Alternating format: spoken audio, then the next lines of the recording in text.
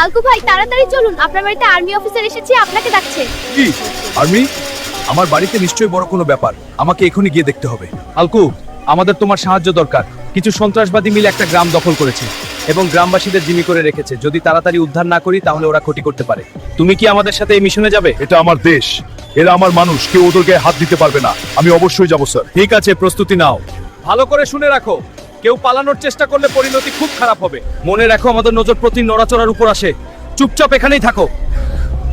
ওরে শালারা দেশের শত্রু, আমার মানুষদের ছেড়ে দাও, না হলে তোদের সবাইকে গুড়িয়ে দেব। শালা এত সাহস, তুই আমাদের উপর কথা বলিস?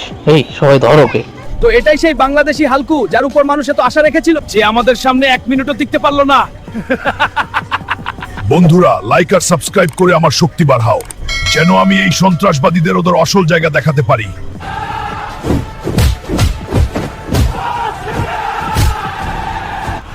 এটাই আমার সাবস্ক্রাইবের শক্তি।